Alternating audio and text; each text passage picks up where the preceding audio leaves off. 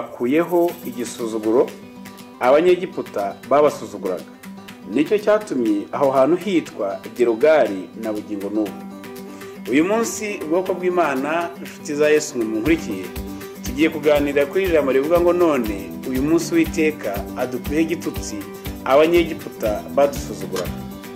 Ngo bireba ngo aho hantu aho Imana yabakuriyeho igitutsi bahita Gilugari na bugingo n'ubu. Haleluya. Ndavugana n'abantu uyu munsi bicaye i Gilugari. Ndavugana n'abantu uyu munsi bicaye ahantu bategereje ko Imana igiye kubakuraho igitutsi bwa nyuma. Ndavugana n'abantu bicaye ahantu bategereje ko Imana igiye guhindura amateka y'ubuzima bwabo. Ndavugana n'abantu bamaze kwambuka inyanja inshuro ebyiri. Abantu bambutse inyanja itukura. Abantu bagenze mu butayu imyaka 39, umwaka wa 40 wuzura bakaburenga. Ndavugana n'abantu baciye mu butayu bumvishije izuba ryo mu butayu. Ndavugana n'abantu bafite amateka yo kwa Farawo yo muri Egiputa. Ndavugana n'abantu babonye Imana yigaragaza mu bihe bikomeye no mu bihe byoroshye. Ndavugana n'abantu babonye izuba ryo mu butayu ukuntu ritwika. Ndavugana n'abantu babonye bumvishijeho inzara yo mu butayu ukuntu iryana. Ndavugana n'abantu babonye Imana mu bihe batatekerezaga ko ihari. Haleluya. Yesu nashimwe cyane. Ubwoko bw'Imana tugiye kureba ubwoko bw'igisuzuguriro Imana yakuye ku Bisiraheli igihe bari bicaye ahantu bita Gilugari.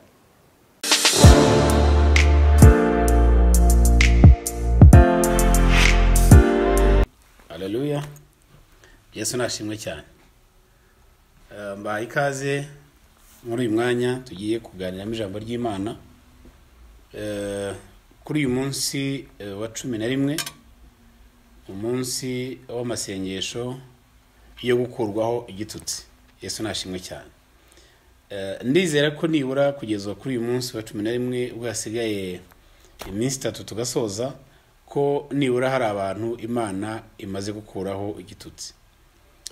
Nakomeje kubisobanura mu nyigisho zagiye zibanza icyo igitutsi kivuze, icyo urubwa ruvuze. Twabonye ukuntu Nehemiya yabwiye abantu ngo baze bubake kugira ngo bakurweho igitutsi cyo kubaho nta gihugu, cyo kubaho igihugu cyabo cyarabaye umusaka, cyo kubaho bambaye urubwa rw'amahanga bahora bacyurira bazaho Imana yabo yagiye. Uyu munsi rero tugiye kuganira nanone ku ijambo ry'Imana, turebe ubwoko bw'igitutsi tugiye gusenga kugira ngo Imana ikidukureho. Yesu nashimwe cyane. Reka dusome Yoshua igice cyaho cya 5. Turareba ukuntu Imana yabwiye Yoshua. Yoshua ni umuntu wasimbuye Mose ayobora ubwoko bw'Imana abugeza mu gihugu cy'amasezerano. Mose ntabwo yabashije kugera mu gihugu cy'amasezerano ko Imana yari bimubwira, amubwira ngo ntabwo uzagerayo ngo ari kuzahagarara uharebe. Yesu nashimwe cyane. Rero Mose amaze gutabaruka Imana imutwaye, yahise yimika Yoshua. Yoshua niwe wakomejanyije ubwoko bwa Isiraheli abwambutsa Yorodani. Nivuga ngo Mose yabambukije inyanja itukura, naho Yoshua abambutsa Yorodani. Bamaze kugera hakurya ahantu hambere bakambitse, aribwo Imana yabwiye Yoshua imubwira none ibintu agiye gukora, ariho yambwira ijambo ngo ngiye kubakuraho igitutsi. Yesu nashimwe cyane. Reka tuhasome igice cya 5, duhere wenda ku murongo waho wa wa 8. Nuko abantu bose bamaze gukebwa bagumaho aho bari mu mahema yabo kugeza aho bakiriye. Uwiteka abwira Yoshua ati, none mbakuyeho igisuzuguro abanyegiputa babasuzuguraga. Nicyo cyatumye aho hantu hitwa Gilugari na bugingo n'ubu. Uyu munsi ubwoko bw'Imana, inshuti za Yesu munkurikiye, tugiye kuganira kuri ijambo rivuga ngo none uyu munsi w'iteka adukuyeho igitutsi abanyegiputa badusuzuguraga. Ngo bireba ngo aho hantu aho Imana yabakuriyeho igitutsi bahita Gilugari na bugingo n'ubu. Haleluya. Ndavugana n'abantu uyu munsi bicaye i Gilugari. Ndavugana n'abantu uyu munsi bicaye ahantu bategereje ko Imana igiye kubakuraho igitutsi bwa nyuma. Ndavugana n'abantu bicaye ahantu bategereje ko Imana igiye guhindura amateka y'ubuzima bwabo. Ndavugana n'abantu bamaze kwambuka inyanja inshuro ebyiri. abantu bambutse inyanja itukura, abantu bagenze mu butayu imyaka 39, umwaka wa 40 wuzura bakaburenga. Ndavugana n'abantu baciye mu butayu bumvishije izuba ryo mu butayu. Ndavugana n'abantu bafite amateka yo kwa Farawo yo muri Egiputa. Ndavugana n'abantu babonye Imana yigaragaza mu bihe bikomeye no mu bihe byoroshye. Ndavugana n'abantu babonye izuba ryo mu butayu ukuntu ritwika. Ndavugana n'abantu babonye bumvishijeho inzara yo mu butayu ukuntu iryana. Ndavugana n'abantu babonye Imana mu bihe batatekerezaga ko ihari. Haleluya. Yesu nashimwe cyane. Ubwoko bw'Imana tugiye kureba ubwoko bw'igisuzuguriro Imana yakuye ku Bisiraheli igihe bari bicaye ahantu bita Gerugari. Icyama Imana ukazanye nawe uyu munsi tukicarana Gerugari, hanyuma tugategereza Imana ikadukuraho igisuzuguriro. Yesu nashimwe cyane. Abisirayeli ni bande? Narababwiye ubushize muri zingisho twagiye twiga ko nagiye mbakomozaho cyane. Iyo tuvuze ngo Abisirayeli n'abana ba Yakobo, niba abahungu 12 ba Yakobo, nibo bitwa Abisirayeli. Ni izina ryakomotse. Nanone uko bandi bagiye biyongeraho ababyawe na Yosefu, abo kwa Manase no kwa Efrayimu barakomeje bitwa Abisirayeli. Ndetse n'abandi bose ko nawe yari mu Isirayeli of course. N'abandi bose igihugu kiravuka, Imana ifata umuntu umwe witwa Abrahamu. Iramubwira ngo haguruka iwanyu kwa Tera, nguze tugendane nzaguhindura ubwoko bukomeye. Yesu nashimwe cyane. Abrahamu agendana n'Imana, ageze igihe yagejeje imyaka yuzura 100, Imana itarasoza isezerano yamusezeranyije. Ariko kuko Imana irindi isezerano ryayo imyaka ibihumbi n'ibihumbi, mu gihe kigeze cy'Imana yamubwiye, Abrahamu arabyara. Abyaye umwana amwita Isaka. Amaze kubyara Isaka nawe amaze ashaka umugore witwa Rebeka, ndetse nabo banza kugira ikibazo cyo gutinda kubyara hafi kumara imyaka igera kuri 20. Noneho igihe kigeze, Imana iziburinda ya Rebeka arasama, abyara abana b'abahungu 2, ariho yabyaye Yakobo na Esau. Imana ikomeza isezerano ryayo na Yakobo. Igihe kigeze, Imana ibwira Yakobo, ndashaka guhindura izina ryawe. Yesu nashimwe cyane. Bireba ngo Yakobo akirana na marayika w'Uwiteka, ngo bigeze mu rukerera, ngo marayika agiye kugenda, ariko aramubwira ngo ntago ugenda utampaye umugisha. Aho ndaramubwira ngo witwa nde? Aramubwira ngo nitwa Yakobo. Arabanga uhereye none ntago uzongera kwitwa Yakobo kundi, ngo ahubwo uzitwa Isirayeli. Yesu nashimwe ubwoko bw'Imana. Aho niho hambere izina Isirayeli ryabonetse. Noneho muri iyo minsi Yakobo asubira iwabo, asubira i Kanani. Arahaba, asangayo mukuru we Esau, barabana bariyunga, ubuzima burakomeza. Igihe kiza kugera, bene se wa Yakobo, abana ba Yakobo, bene se wa Yosefu, bagambanira muri umuna wabo Yosefu kugira ngo bamwice kuko bamuhoraga inzozi ze. Izo nazo tuzaziganira igihe cyazo nikigera.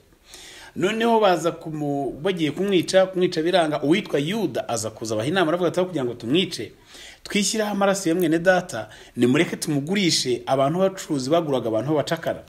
Haje Bibiliya yita ngo bene Ishimayeli, abakomoka kuri Ishimayeli. Barangije baramutwara, bageze nabo bamugurisha bwa kabiri, bamugurisha mu Banyegiputa, agurwa n'umuntu wari umugaba mukuru w'ingabo zo kwa Farawo witwaga Potifa. Arangije aramutwara, amutunga mu rugo nk'umuntu yaguze umucakara wo kumufasha akazi. Arahaba, ahamara imyaka myinshi. Igihe kiragera, umugore wa Potifa aza kumugirira nabi, aramubeshyera ko yashatse kumufata ku ngufu. Yosefu aramufunga, bamujyanye muri gereza, abamo. Cyokora Imana ye ikomeza kubana nawe. Yosefu yari afite impano yo kurota, agasobanura n'inzozi.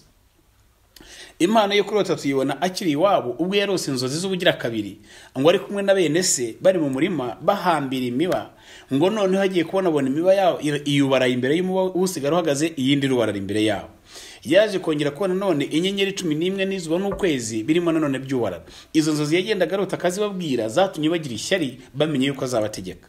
Ariho bakomoye kumugurisha akava iwabo.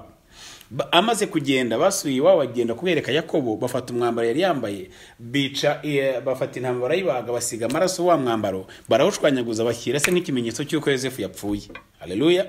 Ubwo ndagira ngo tuze kureba inkomoko y'abantu barimo kuva muri Egiputa, cyangwa se Imana babwira ngo mbakuye igisuzuguriro cyo muri Egiputa yarimo ivuga ngo iki. Icyo gisuzuguriro cyari cy'ubuhe bwoko. Bamaze kumwereka ko Yosefu yapfuye, umusaza arababara, ararira, arihangana, asigarana na Benjamin murumuna we, kuko niwe yari yarabyaranye na Rasheli, havutseho Yosefu na Benjamin, ari we Rasheli yapfuye abyara Benjamin. Yesu nashimwe cyane. None haravuga ngo kuri Rasheli basigaranye Benjamin wenyine, uyu nguyu ndamuhebye yarapfuye byararangiye. Bwoko bw'Imana, hari igihe duheba tuzi ko ibintu byarangiye, nyamara aho twabihebeye ntabwo byarangiye, ahubwo Imana yabijyanye aha, irimo irategura ishimwe rikomeye, irimo irategura umugisha ukomeye ku buzima bwawe, mu gihe isi yamaze kukwereka ibimenyetso bigaragara ko ubuzima bwarangiye. Haleluya, Yesu nashimwe cyane. Noneho Yosefu we ari muri Egiputa kwa Potifa, papa we ahari yicaye ahorarira azi ko umwana yapfuye. Yosefu agezeyo, Bibiliya ngo arakoragira ukuboko kwiza, umwuka w'Imana akomeza kubana nawe. Ageze kwa Potifari, ngo Potifari nyuma agiye kureba asanga imitungo yari afite, uko yezaga imyaka, uko inka zororokaga, umugisha yari afite Yosefu atarahagera, ngo asanga wikubye inshuro nyinshi. Amaze kubona ko yikubye inshuro nyinshi, amenye ko ukuboko kwiza kw'Imana kuri kumwe na Yosefu. Ngo arangije aramuzamura mu ntera, amugira manege w'urugo w'imitungo ye yose. Bano b'Imana, Potifari yutuvuga ntugire ngo yari umugabo uciriritse, yari umuntu ufite imitungo ikomeye cyane, kuko yari umuntu ukomeye nk'uwa kabiri kuri Farawo. Icyo gihe Egiputa cyari igihugu gikomeye gikize, ni nk'uko ngira ngo nta nubwo twakigeranye nuko tuvuga Leta Zunze Ubumwe za Amerika uyu munsi, cyari igihugu gikomeye cyane. Uyu mugabo yari umuntu ufite imitungo myinshi cyane, ngo arangije ya pointinga Yosefu, amuha umwanya wo kumaneginga ya mitungo ye yose. Arangije mu gihe Yosefu yahabaga, umugore wa sebuja aza kumwenguka yifuza ko baryamana. Yosefu amaze kubyanga, umugore nanone kandi arongera ashaka ikimenyetso kigaragaza ibyo Yosefu yaragiye gukora. Ngo igihe musanze mu cyumba mu nzu arimo gukora amasuku, arangira aramutahirana, agiye kumufata ku ngufu, Yosefu aramucika, asigarana umwambaro yari yambaye. Ubwo nanone Yosefu aba yambaye ubusa kabiri. Bwa mbere yambitse ubusa n'abavandimwe be, umwenda barawutwara bawereka se ko yapfuye. Ubwa kabiri yambitswe nanone ubusa n'umugore wa sebuja. Haleluya. Isi arigiye kwambika ubusa bwa mbere, ikakwambika ubusa bwa kabiri, ariko nagira mbwire ngo witegure kwambara bwa gatatu. Kandi umwambaro wa gatatu iyo waje ugiye kwambara, ntabwo isi yongera kuwukwaka. Yesu nashimwe cyane. Yosefu aragenda ajya baramurega, avuga ko yaragiye kumfata ku ngufu, bamujyana muri gereza. Nanone ukuntu Imana ari nziza. Haleluya. Buriya haba za gereza zitandukanye mu bihugu, ariko haba gereza iba iri ahantu bafungiramo abantu bakomotse mu ibwami, bakomotse bakomeye muri leta. Yesu nashimwe cyane. Noneho ahantu bagiye kumufungira niho hantu bafungiraga abantu n'ubundi baba ibwami kwa Farawo, abahemutse, abagambanye, abakoze ibyaha bitandukanye, babatwaraga muri iyo gereza. Yosefu agezeyo, kuko nawe yaravuye mu muryango ukomeye, ahuriramo n'abantu bavuye kwa Farawo. Arangije barota inzozi, mu gitondo aje asanga barimo barazisubiramo. Arambwira ati nimuzimbwire, barazimubwira. Bazimusobanuriye, arazibarotorera. Barangije uko yababwiye bose, uwagiye kwicwa yarishwe, n'usubiye kwa Farawo yasubiyeyo. Bagezeyo, Bibiliya ngo hamara imyaka 2. Nyuma y'imyaka 2 wa wundi yabwiye ngo nusohoka muri gereza wasubiye kwa Farawo ngo uzanyibuke, agiye ntiyamwibuka. Abayo imyaka 2 ishize, muri icyo gihe cy'imyaka 2 yarangiraga, Farawo arota inzozi, ngo abona inka 7 zizamutse, ngo zibyibushye zimeze neza. Ngo arongera abona izindi nkandwi zije zisa nabi, ngo z'umwaka, ngo zirangire zimira za zindi. Arongera abona amasaka y'amahundo meza, arongera abona amasaka, izo nzozi zose yarose abura ubusobanuro bwazo. Amaze kububura, ahamagaza abiwe ibwami, ari batekerereza ibisonga ndetse n'abantu bose b'abayobozi, babura igisubizo cya za nzozi. Yesu nashimwe cyane. Noneho muri cya gihe babuze igisubizo cy'inzozi, niho hahandi wa wundi wavuye muri gereza wasizemo Yosefu aza kubwira Farawo, aramubwira ati ariko igihe nari mfunzwe hari umuhungu twahuriyeyo muri gereza. Uwo muhungu amateka ye yatubwiye ko ari umuheburayo, yabaga kwa Potifari, bamufungira kesi yuko yaragiye gufata umugore wa Potifari ku ngufu. Uwo muhungu rero inzozi twaroteyemo ngewe izo yansobanuriye, ambwira ko ngiye kugaruka hano nkasubira mu kazi, niko byagenze. Na wa wundi nawe wishwe niko yari yabimubwiye. Rero ya Mungu nawe afite impano yo gusobanura inzozi. Ahari aho twamuhamagara akaza akadufasha. Haleluya. Farawo aravuga ati mugende mumuzane. Yosefu agiye kubona kuri gereza, baraje barakomanza, baravuga ngo Yosefu sohoka. Nyuma y'imyaka 2 aragenda ajya kwa Farawo. Agezeyo Farawo amubwira inzozi yarose. Amaze kuzimubwira, Yosefu arazirotora. Amaze kuzirotora, ngo Farawo aramukunda cyane. Aravuga ngo ni hehe twazabona umunyabwenge mu gihugu umeze nk'uyu nguyu. Aravuga ngo mu gihugu hano, haleluya, wowe Yosefu ngo uretse ngewe ngenyine nta wundi muntu n'umwe uzakuruta, ugiye kuba uwa kabiri kuri jyewe. Akuramo impeta arayimwambika, afata umukufi arawumwambika, afata inkoni y'ubugabo arayimuha, amuha icyubahiro mu gihugu kandi amuha n'ububasha. Haleluya.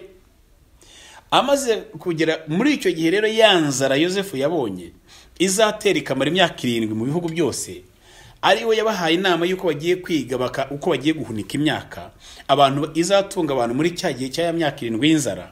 Muri iyo nzara iteye igera ni Kanani. Imaze kugerayo hahandi wabo batuye aho se yasigaye na bene se, aho Yakobo yabaga, yanzara irahagera. Inzara imaze kuhagera, noneho baza abantu bose bajyaga guhaha muri Egiputa. Igihe bakuru be bagiye guhaha, bagezeyo Yosefu ababonye ngo arabamenya, ariko bo ntibamumenya. Haleluya. Amaze kubamenya agira amatsiko muri we yo kumenya niba se akiriho, yo kumenya niba Benjamin muri umunawe agihari. Nuko izo nkuru ni ndende, uko yagiye bakabaha ibyo kurya, bakagenda bakabwira se ko babonye umuntu mwiza, ukuntu basubiye bwa kabiri, ukuntu bafashe imwe bakamusigarana, ukuntu yaje kubatuma Benjamin bakamuzana, n'ukuntu se yaje kuzana bakahagera. Yamara kuhagera akabibwira, yamara kubibwira bakishima. Noneho abwira se ngo Farawo araza kukwakira uyu munsi, nagusabiye appointment kugiye kuvugana n'umwami, ngo araza kukubaza ahantu ukeneye gutura, uze kumbwira ko ukeneye gutura mu kibaya cy'Gosheni. Kubera ko yarazi ko iwabo ari abantu bakora ibintu by'ubworozi cyane, aramubwira ngo mu kibaya cy'Gosheni ngo ni ahantu heza cyane, nimuhajya amatungo yanyazororoka. Yesu nashimwe cyane. Nuko nguko Yakobo yagiye muri Egiputa ajyana n'abana be. Abahagurutse baba bagenda bose bari abantu 70. Bamaze kubayo babaho neza muri icyo gihe, ngo ariko Yosefu igihe kiragera aza gutabaruka, aza gupfa. Yosefu Yakobo yarabanje arapfa, maze gupfa igihe kiragera na Yosefu arapfa, n'abandi bari bakuru icyo gihe bagenda bapfa, abandi bavuka. Bireba ngo haza kwima umwami utarigeze kumenya inkuru za Yosefu. Ngo amaze kuhagera afata b'Abaheburayo atangira kubica nabi, abambura uburenganzira bari bafite, abahindura abacakara, abahindura abantu bo gukorera igihugu kandi badahembwa. Abategeka bakirwa bubaka amazu batazabamo, bakirwa bahinga imyaka batazarya, bakirwa bakora imirimo y'agahato kandi bo ntacyo bungukirwa. Niho batangiye kwibuka ko Imana yajyaga ibasezeranya. Imana yarabwiye Abraham mu gice cya 15, iramubwira ngo abuzukuruza bawe ngo bazabasuke mu gihugu cy'abanyamahanga, ngo bazamarayo imyaka irenga 400, ngo ariko nyuma nzabakuzaho ukuboko kwanjye gukomeye. Haleluya. Narababwiye ngo Imana ni Imana yica kandi igakiza, ni Imana ikenesha kandi igakiza, ni Imana ikora nk'Imana, ntabwo yibaza ngo kubera icyo bikora. Yesu nashimwe cyane. Ikingenzi kiba kirimo ni kimwe gusa, Imana ntitwanga kandi iradukunda twese. Ikibishaka nuko tuyubaha, tukayemera, tukayiramya, tukayihimbaza. Kuko iyo washatse kwereka Imana kidakomeye, ibikwerekesha imbaraga zayo. Igereka wowe ikabyerekana n'icyo wayisimbuje. Iyo isimbuje ikigirwamana, Imana iraza ikagisenya, yarangiza ikakwereka ko ari Imana isenya ibigirwamana. Haleluya. Ibi byarabaye igihe Abafilisitiya batwaye isanduku y'isezerano bakayishyira mu nzu ya Dagoni. Barakiye mu gitondo basanga Dagoni yaguye, barayegura basubiye bwa kabiri basanga Dagoni yacitse umutwe, kugeza igihe bafatiye isanduku y'isezerano bagisubizayo, ko bari batwaye icyubahiro cy'Imana bagikuye muri Isirayeli. Iyi Imana wayambuye icyubahiro ukagitwara ahandi, hahandi watwaye icyubahiro cy'Imana, cya cyubahiro wayatse, hahandi wagiye Imana irahasenya. Iyo wasengaga Imana, iyo wakundaga Imana, iyo waramyaga Imana, nyuma ukaza kuyisimbuza ibindi bintu kugira ngo Imana ikugarure, kuko Imana igukunda, irabanza igasenya bya bindi wayisimbuje. Haleluya. Noneho muri icyo gihe kuhimya umwami utarigeze kumenya inkuru za Yosefu, arangije atoteza ubwoko bw'Imana. Abatoteje muri iyo ashyiraho itegeko rivuga, araza aravuga ngo bari abantu barimo baraba benshi, ngo kandi barimo baragwiza imbaraga. Ngo rero buriya dufite ikibazo mu gihugu ko bari abantu bashobora kwihuza n'umwanzi wa Egiputa isahereyo yose. Aramutse yihuje nabo badutera bagasenya igihugu. Ngo none hari inama nge nungutse, nuko ihereye none mubambura uburenganzira bwo kujya babyara abana b'abahungu. Umwana w'umuhungu yavuka mukamwica. Nicyo gihe havutse witwa Mose avutse ngo bagiye kumwica, ngo bamubonye ubona umwana ni mwiza cyane, ngo arangije nyina yigira inama yo kumuhisha amara amezi 3. Amezi 3 arangiye aravuga ngo ntabwo nabasha kuzahora amuhisha, amuha mushi yitwa Miriam, arambwira ngo mutware, amubohera agaseke, arambwira ngo genda ushyire mu nyanja. Nta kundi nabigira, sinashobora kumwica, ariko no kumurinda yamezi yose ntabwo nabishobora. Yesu nashimwe cyane. Arangiye Miriam aramutwara, ngo abageze kuri ageze kuri Nili, arahamushyira. Uwo munsi yahamushyize, ayo masaha yahamushyize bikubitana n'amasaha umukobwa wa Farawo aje gukaraba. aje koga ni nkuko uyu munsi tugiye koga muri pisine. Ahageze aho ngiseke ngo nari umwana mwiza, aramutwara aramurera. Muri icyo gihe barimo bahura n'akaga, nicyo gihe Mose yaramaze kuba mukuru, yaramaze gukomera muri Egiputa, yari yarize igisirikare, yarize amasomo ya politike, kuko yarimo gutegurwa kuzasimbura Farawo wari uriho akazaba umwami akayobora Egiputa. Muri icyo gihe Mose abonye ukuntu bene babayeho nabi, ngo yemera gusohoka muri cya cyubahiro cyo kwa Farawo, ari dekarara gikubwira abantu ko atari umunyegiputa ahubwo ari umuheburayo. Aragenda agezeyo abantu aho na iminsi mikeya ngo aza kubona umunyegiputa arimo abahohotera, aramwica ko Mose yari umukomando. Arangije bukiye yabonye bene barwanaje kubakiza, baramubwira ngo urashaka kutwica nkuko wishe wa muntu. Mose aravuga ati ibi bintu bimenyekana kwa Farawo baranyica, kuko kuva babivuze birarabigeze kwa Farawo. Yarazi spy network yo kwa Farawo ukuntu yubakitse, yarazi inzego z'igisirikare ukuntu zimeze. Aravuga ati uyu munsi bararabanyije. Nuko Mose yavuye yarahunga ajya Midiyani kwa Yitiro. Agezeyo ari naho yashakiye umugore, abayo amara y'imyaka 40. Muri icyo gihe barimo bababara, batotezwa, barimo babica, barimo babuza uburenganzira. Mose yarageze kwa Yitiro amaze y'imyaka 40. Imana irongera ibonekera Mose, iramuhamagara mu gihuru cyakomeye ngo Mose. Arangije ibwira Mose ngo Mose nkwaye mission isubira muri Egiputa ujye gukura y'ubwoko bwanjye. Mose abwira Imana ngo natuka n'imbere ya Farawo. Arambwira ngo wa undi waguhigaga ntakiriho, ngo baguhigaga bose barapfuye. Mose agaruka muri Egiputa, arazabwira abaheburayo, arabwira ati mwitegure tugende. Aho ngaho niho haje amaze kubibabwira ajya kwa Farawo wari uriho icyo gihe. Imana imukoresha ibitangaza 10 aribyo byabaye ibyago muri Egiputa. Ibyari bitangaza Imana ya Isirayeli igaragaza byari ibyago ku banyegiputa. Rero mbwira ngo igitangaza cyawe ni ibyago ku mwanzi wawe. Yesu nashimwe cyane. Iyo uri muserebura ushima Imana ko Imana ikora igitangaza, umwanzi wawe arimo kubabara, kuko icyo wabonye hari uwacyambuye wari waragifashe mu kiganza. Iyo wabonye urubyaro, iyo wabyaye, hari umwanzi wari waraziritse urubyaro rwawe. Uwo munsi ibyago yagize nibyo byishimi wawe. Isi nuko ibayeho abantu b'Imana. Uyu munsi hamwe y'impundu zivuga, ahandi babishima. Iyo ni kamere y'isi, ntabwo twayihindura. Arangije mu gihe abandi bahuraga n'ibyago, abandi barishimaga. Biza bigeze ku munsi w'ijoro, bari buke bakagenda barya Pasika. Yesu nashimwe. Arangije Mose ayobora itorero ry'Imana, abakura muri Egiputa, abatwara i Kanani. Barimo bagenda bageze ku nyanja itukura, inyanja bahinzira barakomeza. Bagera mu butayu, Imana irabatunga. Bagera hitwa Imara, inyota irabica, Imana ihumanura amazi yaho. Bagera uko inzara ibarya, Imana ibagaburira. Uhereye icyo gihe Imana ikomeza igendana nabo. Yesu nashimwe cyane. Noneho muri iyo myaka 40 bagenze mu butayu, igihe kigeze Mose Imana iza kumubwira ngo nagenda ategeka urutare ruzana amazi. Agiye kuko yaramenyereye gukoresha inkoni, akubita rwa rutare. Arukubise Imana amubwira ngo nakubwira ngo rutegeke, sinakubwira ngo rukubite. Imana amubwira ngo rero Mose, ubu ngubu ikintu kimwe kibayeho, i Kanani ntuzagerayo, cyo kora ubwoko buzagerayo. Ndetse abantu benshi bavuye muri Egiputa ari bakuru, uko bagiye banangira Imana bayisuzugura, hari gihe bagiraga bakavugira Mose bati dusubize muri Egiputa twigireyo, ko twararyaga ariko inzara igiye kutwica. Imana ikabarakarira ikabica. Igihe cya Badotani murabyibuka, igihe abari gitaga, uko abajyanye n'abatasi gutata bagaruka bakazana inkuru z'incamugongo, Yoshua na Kaleb bakaba bavuga inkuru nzima, abona Imana ikabarakarira ikabica n'imiryango yabo. Byageze igihe cy'uko igihe Yoshua yagiye guteka ingoma kugira ngo asimbure Mose, abantu benshi bavuye muri Egiputa bari baramaze gupfa. Yesu nashimwe cyane. Noneho Yoshua amaze gusimbura Mose, aragenda ajya mu nshingano. Imana imuha amasezerano iramubwira ngo Mose, iramubwira ngo nkuko nabanaga na Mose niko nzabana nawe. Ngo wowe uzitondere aya mategeko yanditse muri iki gitabo. Imana imwerekaga umuzingo. Iramubwira ngo uzitondere ijambo ryanjye, ntuzariteshukwe uciye iburyo cyangwa se ibumoso.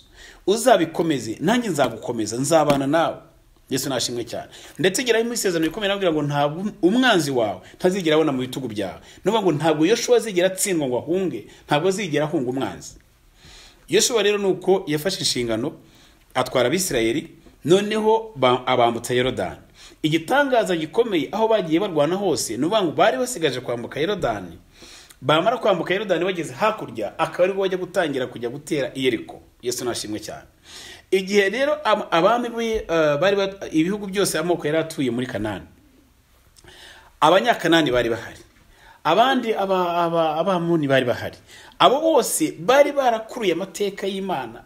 None igihe Yoshua yari hakurya ya Yorodani ari kumwe n'Abisirayeli, barimo kuvuga ngo muri iki gihe barambuka gute, ko ari cyo gihe cyo kuzura cyane kwa Yorodani. Oh haleluya. Iyo Imana igiye kwambutsa umuntu, bantu b'Imana, uri hakurya witeguye yagiye kureba ukuntu ugiye kwambuka, igihe yarazi ko udashobora kwambuka, igihe abona ko hari impamvu nyinshi zatuma utambuka, nicyo gihe Imana iba igiye kugaragaza imbaraga zayo.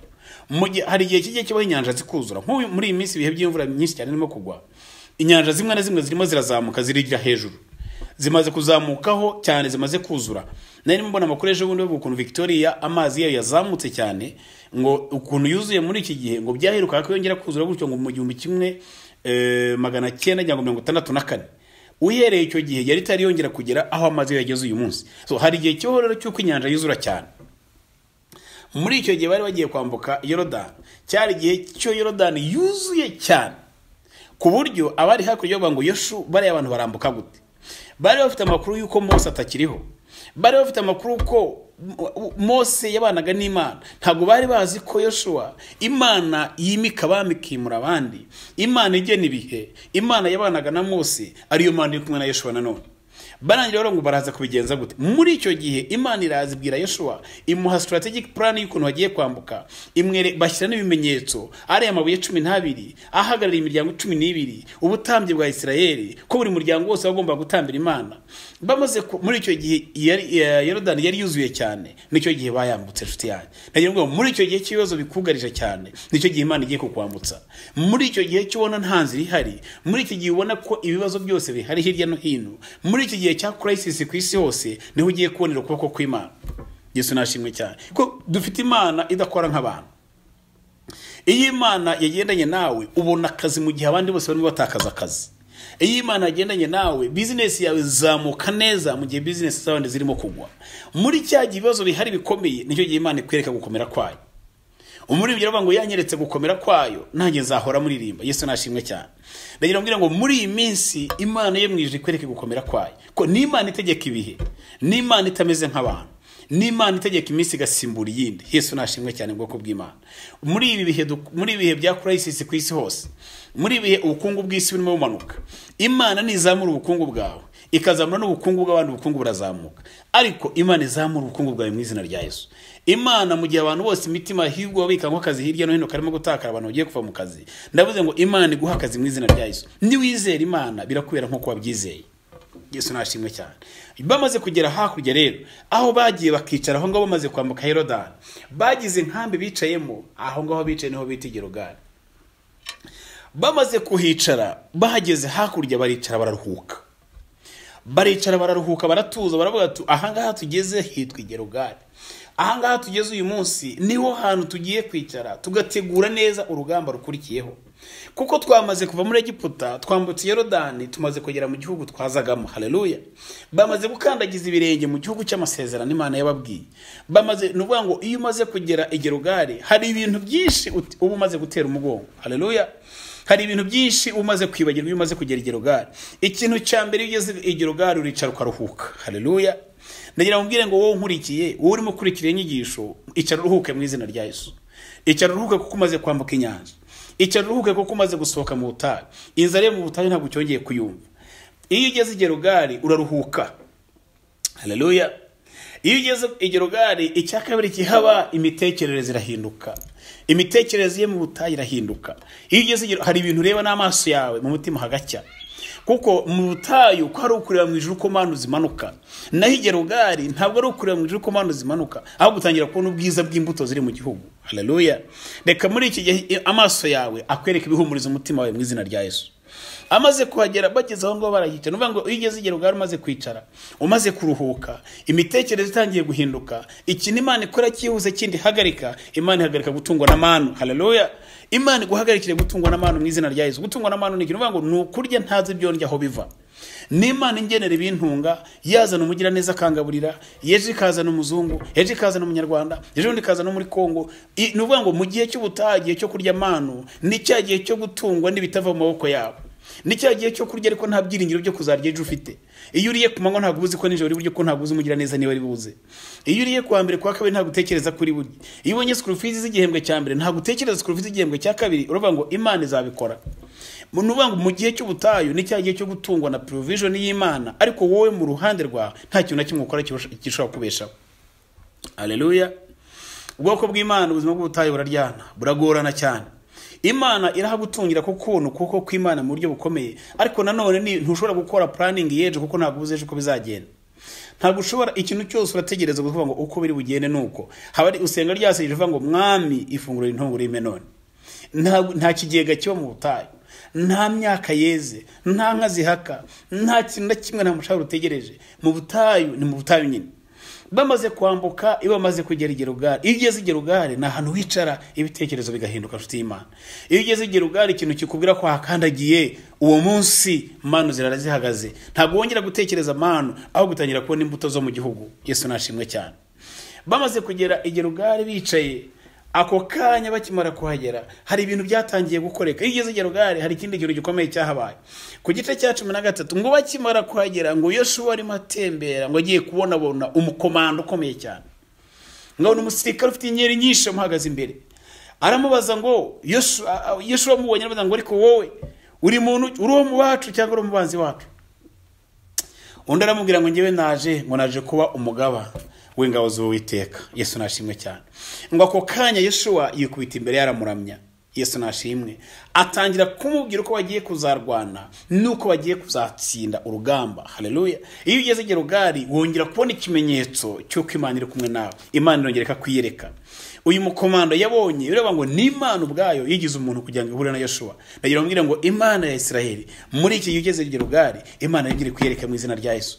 Ahangaha ni Imana yabwiriye Mose, iramubwira niho yabwiriye Yoshua, iramubwira ngo fata aba bantu bavukiye mu butayu bari bamaze kuba basore, ab'imyaka 20, ab'imyaka 25, ab'imyaka 30, ab'imyaka 35, abagiye bahavukira bari bafite amateka y'ibikomere mu mitima yabo yo muri Egiputa, ariko kandi batari barakebwe. Imana iramubwira ngo Yoshua, genda ufata amabuye yatyaze nurangiza ukebe bano bantu ubakureho igisuzuguriro cyo muri Egiputa. Haleluya.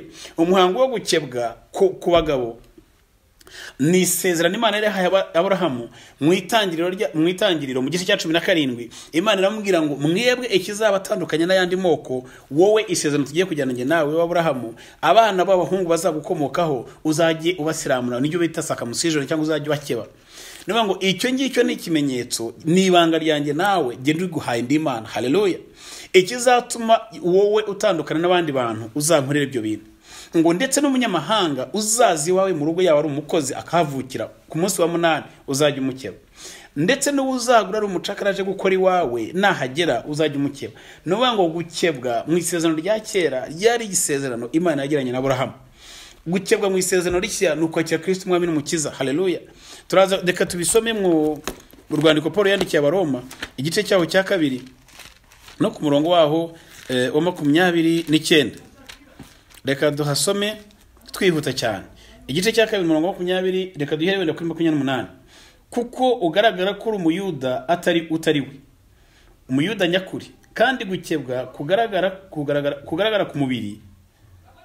Reka dusubiremo.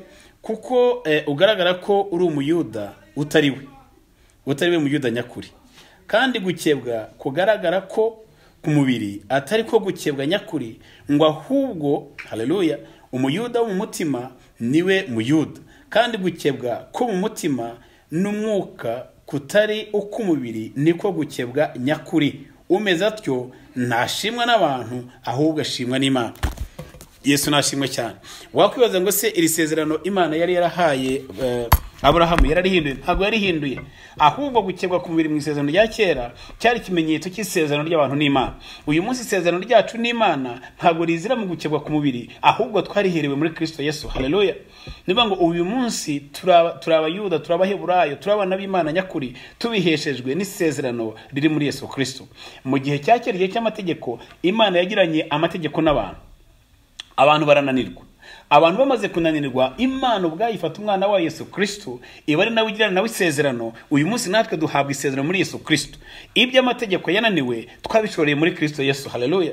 Iyo tuza kuba tukiri mu isezerano rya kera natwe uyu munsi ntitwakabishoboye. Rero iyo bageze igerugari, Imana iramubwira ngo hari isezerano nahaye Aburahamu mukomokaho, namubwiye yuko azafata abana b'abahungu akabakeba, none abavukiye mu butayu ntabwo mbonye uko mubakeba, ngwino bakebe Yoshua we. kubakeba rero ni ukubakuraho igisuzuguriro kandi ikintu ukongera gushimangira isezerano mwagiranye n'Imana. Yesu nashimwe cyane. Imana ngo ndashaka kubamara umubabaro, ndashaka kwibagiza ubuzima bwo muri Egiputa, ndashaka kwibagiza uburetwa mwabayemo, ndashaka kwibagiza ubucakara mwakoze, ndashaka kwibagiza umucanga wabatwikitse mu birenge, ndashaka kwibagiza izuba ryabiciye mu butayu. Ahangaha mugeze ntabwo muzongera kurya manu, ahubwo mugiye kurya imbuto zo mu gihugu. Ngo ngwino uzanira abo bana hanyuma twongere tubakureho igisuzuguriro. Ndavuze ngo mu izina rya Yesu, Imana igukureho igisuzuguriro mu izina rya Yesu. Imana ya Isirayeli muri bihe nk'ibi igukureho igisuzuguriro mu izina rya Yesu. Izina witwaga, igitutsi bagutukaga, ibyo bagucyuriraga, ibyo bakubwiraga, Imana ibikureho mu izina rya Yesu Kristo w'i Nazareti. Haleluya. Nuvuga ngo bageze i Gilgali, ikindi kintu gikomeye cyane cyahabaye inshuti z'Imana, ngo bamaze kuhagera bariye Pasika. Haleluya. Iyo ari wayi Pasika ya gatatu bari bariye, bari mu igihe kinini cyane bayikumbuye. Pasika niki? Ni wa mwana w'intama bariye muri rya joro bavaga muri Egiputa, igihe Imana yabahaye amabwiriza iravuga ngo bagende bafate umwana w'intama, ngo cyangwa se umwana n'icyo babashije kubona, ngo babage barye muri iryo joro, ngo kandi buri muntu wese aze kuzana ibyo inzu yishobora kurya ikamara, ntibaze kugira ibyo basigaza. Aricyo cyagenda none kandi basigaga amaraso ku bikuta by'amazu babagamo, kuvuga ngo marayika urimbura naza kuhagera, ahari buze kubona amaraso ntago ari buze kuharimbura, araza kumenya ko hari amaraso, hari umuheburayo. Uyu munsi natwe dufite ikirango kituriho, ni amaraso ya Yesu Kristo inshuti z'Imana. Noneho icyo gihe ni Pasika ya mbere bari bariye. Pasika ya kabiri baje kwigena none kandi bageze mu kibaya cya Sinayi, bari bakimara kwambuka inyanja. Nuvuga ngo iyi Pasika ya gatatu bari i Gilgali bayiriye haciyeho imyaka myinshi irenga 38, ahari batari 39, kuko imyaka yose bamaze muri 40. Iyi Pasika bari bamaze kwambuka haciyeho igihe kinini batorongera kurya ni Pasika. Bageze i Gilgali barongera baricara barya Pasika. Ndavuga ngo uyu munsi aho ugeze aho Gilgali inshuti yanjye, icara tuze wakire Pasika mu izina rya Yesu. Icara tuze wakire Pasika mu izina rya Yesu. Pasika n'umwana w'intama w'Imana. Bahageze Imana ibaha ubuhanuzi, babona marayika w'Imana araza. Marayika w'Imana amaze kuza kandi barongera babona Pasika. Imana data yarabiyeretse mu ishusho ry'umusirikare. Nanone kandi barongera barya Pasika barimo guhanura Yesu Kristo. Bari bamaze kwicara mu gihugu cy'amasezerano.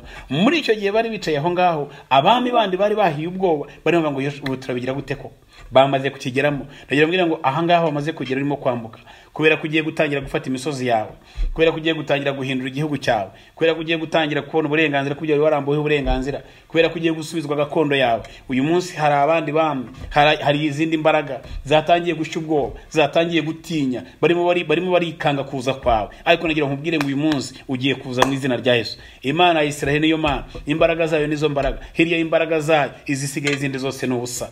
Nta mbaraga na zimwe zahangana imbaraga z'Imana. Imbaraga z'inyatsi zizavaho, imbaraga z'ubukene zizavaho, imbaraga za corona zizagenda. Iyi myuka wateye corona aho yavuye hose irasubirayo mu izina rya Yesu.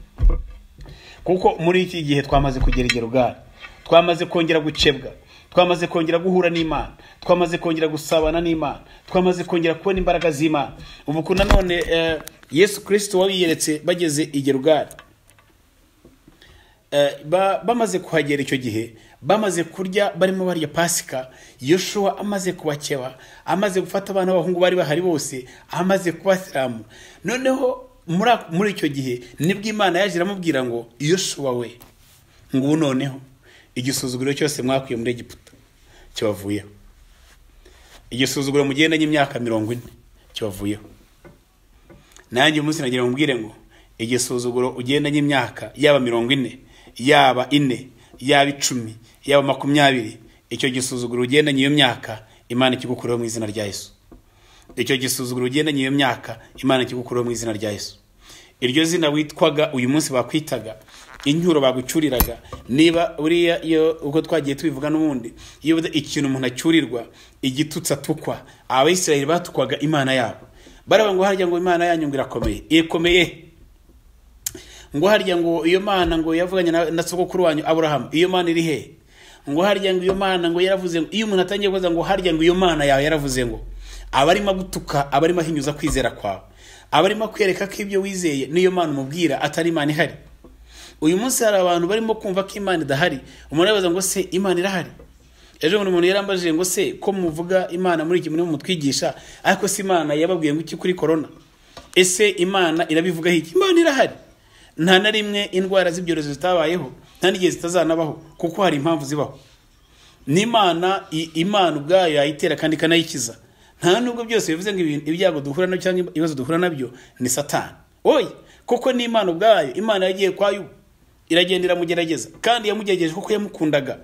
Ibwira Satani ngo wabonye, ngo Satani arabwira Imana ngo Imana imubonye avuga ngo uvuye kuzerera mu isi, ngo wabonye umugaragu wanjye Yubu unkunda akanyubaha. Satani abwira Imana ngo nta kuntu atagukundanga nakubahe, ngo wenyemera nzagende mukoreho ngo turebe. Nuvuga ngo Imana Bibiliya ivuga mu Baheburayo ngo Imana ikubita ibiboko cyangwa se ikubita inkoni abo yemera neza ko ari abana bayo. Yesu nashimwe cyane. Ndagira ngo mvugane nawe uyu munsi uri mu buzima bukomeye, uri mu kigeragezo, uri muri arubusa, uri mu bwirirwa, wabuza akazi, ubona hirya nta byiringiro byo kuba bihari. Inkoni y'Imana ntabwo ikubita barumbye. Imana ikubita abo yemera neza ko ari abana bayo. Haleluya. Ntabwo Imana nk'uko uyu munsi udashobora kubona, muzarebe no mu bihugu iyo leta zigiye gutanga burusi, iyo bagiye kohereza abantu kujya kwiga, ntago bagenda ngo bajye gufata babandi babonye amazeru. Oya, ahubwo baragenda bagafata babana babona babahanga, abiga imibare bakayumva, abakora za physics, abakora za chemistry, abakora ibintu ababonye amanota menshi, abafite abonga bafite ubwo bwenge, nibo leta yinvestingamo. Yesu nashimwe cyane. Rero ntago Imana ijya investinga mu bana niwe, Imana yinvestinga. Biraba ngo uguze ubwenge nanjye ndakureka. Wowe ntugira ngo Imana, abantu bakubwira ngo Imana iragukubita ngo kubera iki kwanga, uzababwire ngo ya. Ntago Imana yohereza umuntu kwiga imwanga. Ntabwo Imana ishobora kuguha buruse yo kujya kwiga wananiwe. Ntabwo Imana ishobora gufata kuko investingamo nta byiringiro byeje kubonamo. Ntabwo ishobora kuinvestingamo nta musaruro weje kubonamo. Yesu nashimwe cyane. Rero Imana nubone gutwaye ahantu ukabona ubuzima burahanze, ubuzima bwawe bubi, inzara ikakurya, ubuzima bukanga, ukabona ibintu birimo gucanga, ikintu cya mbere uzakora mbere yuko uzajya kubaza abantu, uzirukanka uzajye kubaza Imana nshuti yanjye. Uzajye kubaza Imana kuko nizi impamvu zabyo. Numara kujya kubaza Imana, Imana ikakubwira impamvu, uzatuza, umutima wawe uzacya, ntabwo uzongera guhangayika kubera ko wamenye neza ko ibyo urimo gukora, wamenye neza ko ahuri ari Imana ya Isirayeli murimo kugendana. Kuko ikikubwira ko Imana igukunda. Haleluya. Imana iragukunda, Imana iragutetesha, Imana irakubyinirira, Imana iraguheka, Imana iragusimbiza, ariko kandi Imana irakwigisha. Haleluya. Niba nigeze umuntu umwe yigeze kutubwira, ariko si n'inkuru twaganira ko ni ibintu bizwi ahantu hose mu bihugu byose. Buriya abasirikare bakora course zitandukanye, hari ya introduction iyo bakigerayo bagakora course ya kurutu, hari izo bakora za refresher, hari izo bakora zitandukanye, ariko hari course imwe bita cadet. Iyo ngiye barakaranga mu nsheri kugira ngo umuntu bamuhindurire yitwe umuofisiye mu cyiciro runaka, hari course bamutwara witwa cadet. Umusirikare wese wakoze course refresher, abakoze course zitandukanye, arakubwira ngo niba hari course mbi nabonye ya mbere iyo umuntu mbi yatuma uzino ku kintu, ni course yitwa cadet. Rero nayo bagiye kwitwarayo, ntago bafata abasirikare b'indiscipline, ntago bafata babandi bibirara, ntago bafata babandi babona bananiranye, ntago bafata babandi bafite amanyanga menshi, ntago bafata babandi bashaje cyane, ahubwo bafata babandi bakiri bato babona bashobora kuinvestingamo, bashobora kuzatanga umusaruro mu gisirikare. Haleluya. Abo nibo baribwa n'uriyemo waro muri cadet, kuko n'abantu leta ishaka, n'abantu leta yishimira. Nagira ngo ukomeze wowe ufite ibibazo, wowe uri muhura n'izo ntambara, wowe Satani yereka ko wananiwe, Imana itagukunda. Nagira ngo uyu munsi nkubwire ngo Imana iragukunda. Impamvu y'ibyo byakubayeho, Imana iragushaka, Imana imira kuinvestingamo, Imana imira iragushyira mu butunzi, Imana imira gukamura. Umuntu yaravuze ngo uncure, ngo mvuga utire kandi uncure, ngo hanyuma inkamba zinshiremo. Imana imira kumaramo inkamba nshuti yanjye, nta kintu ushobora kuzaba, ntabwo uri buze gupfa, wageze igero bwari humura. Uyu munsi Imana igiye gukora icyo gisuzuguriro, Imana igiye guhindura amateka y'ubuzima bwawe, Imana igiye guhindura izina witwaga, Imana igiye gukuraho igitutsi. Haleluya. Icyo bakuroye bagerageje nticyemere, Imana igiye kugikora mu gihe cyawe. Icyo bene wanyu bagerageje nticyemere, Imana igiye kugikora mu gihe cyawe, kuko nabonye Imana ari Imana ikorera mu gihe cyayo. Haleluya. Mu gihe cya Dawidi ngo Imana, icyubahiro cy'Imana, isanduku y'isezerano yarongeye iragaruka. Yesu nashimwe. Mu gihe cya Dawidi yima, igihe yabaye umwami, amateka y'iwabo yarahindutse. Muri iki gihe cyawe nawe icyo Imana igushyiriyeho ni ukugira ngo uhindure amateka. Yesu nashimwe cyane. Iyo bamaze kugera igirugari, Imana igukuraho igisuzuguriro. Imana igukuraho igisuzuguriro cy'igirugari bantu b'Imana. Nukongera kureba isezerano ryawe n'Imana. Ongera wibuke Imana yaguhaye amasezerano. Ongera wibuke ikiganiro mwaganiriye cya gihe. ongera wibuke amasengesho wasenze cyagiye, ongera wibuke amateka yawe n'Imana, ongera wibuke aho mwagendanye, ongera wibuke bwa buvumo warayemo, ongera wibuke ya misozi wazamutse, ya misozi wamanutse kizabonwa, wazamutse kanyarira, waraye mu mazi byumba, aho wasengeye hose mu gihugu aho basengera, amasengesho y'iminsi 40, ayo iminsi 21, ayo iminsi 14, ayo masengesho wasenze, iby'Imana yakubwiye, iyo ugeze Gerugari urongera ugasubira mu isezerano ryawe n'Imana. Yesu nashimwe cyane. Muri iyi minsi ndagira ngo mbasabe mureke twiyunga na Yesu Kristo cyane, kuko niwe sezerano ryacu uyu munsi. Uyu munsi sinuye gukebwa kwacu, uyu munsi ntabwo tugikeneye gukebwa ku mubiri, ahubwo muri Kristo Yesu twarakebwe. Imana ya Isiraheli baho umugisha bwoko bw'Imana kandi bagirire neza.